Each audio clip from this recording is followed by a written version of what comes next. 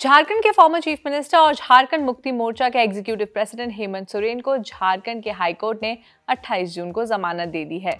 हेमंत सोरेन को ईडी ने land scam case में अरेस्ट किया था। इस वीडियो में हम एक नजर डालते हैं हेमंत सोरेन से रिलेटेड इस लैंड स्कैम केस के टाइमलाइन पर।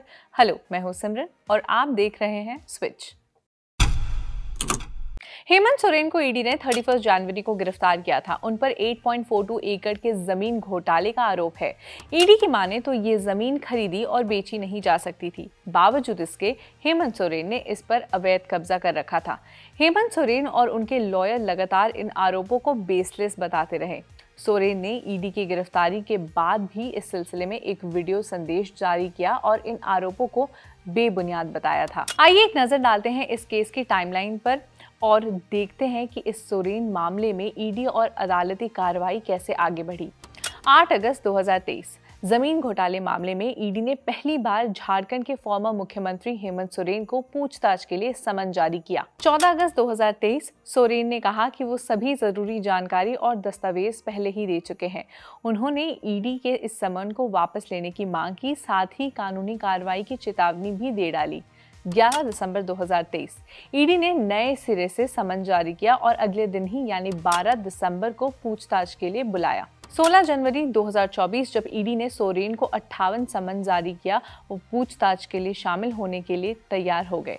सोरेन ने कहा कि वो 20 जनवरी को सचिवालय में अपना बयान दर्ज करवाएंगे।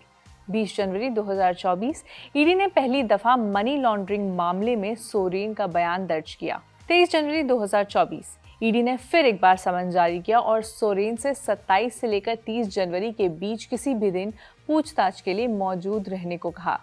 26 जनवरी 2024 सोरेन ने ईडी को कहा कि वो जल्द ही समन का जवाब देंगे। 29 जनवरी 2024 इस बीच ईडी के अधिकारियों ने हेमंत सोरेन के दिल्ली आवास पर छापेमारी की। इधर मुख्यमंत्री 2 दिनों के लिए लापता हो गए। आखिरकार वो रांची में अपनी सरकार को समर्थन दे रहे विधायकों की मीटिंग लेते दिखाई दिए। 30 जनवरी 2024 रिपोर्ट्स के मुताबिक हेमंत सोरेन ने सरकार को समर्थन कर विधायकों से एक समर्थन पत्र पर हस्ताक्षर करवाया। यही नहीं, उन्होंने भारतीय जनता पार्टी के उन आरोपों को भी खारिज किया जिसमें कहा जा रहा था कि वो ईडी के जांच से बचने के लिए गायब हुए थे। 31 जनवरी 2024 हेमंत सोरेन को ईडी ने अपनी हिरासत में ले लिया और लंबी पूछताछ की। पूछताछ के बाद सोरेन ने झारखंड के राज्यपाल को इस्तीफा दे दिया। ईडी ने हेमंत सोरेन को गिरफ्तार कर लिया और उन्हें बिरसा मुंडा जेल में रखा गया। 4 फरवरी 2024 हेमंत सोरेन ने जमानत के लिए झारखंड हाई कोर्ट का दरवाजा खटखटाया। हाई कोर्ट ने लंबी सुनवाई के बाद 28 फरवरी को फैसला सुरक्षित रख लिया। 3 मई 2024 गिरफ्तारी को चुनौती देने जाने वाली सोरेन की याचिका पर झारखंड हाई कोर्ट ने फैसला सुनाया। हाई कोर्ट ने जमानत की अर्जी खारिज कर दी। 7 मई 2024 सुप्रीम कोर्ट में हेमंत सोरेन की याचिका पर नए सिरे से सुनवाई शुरू हुई।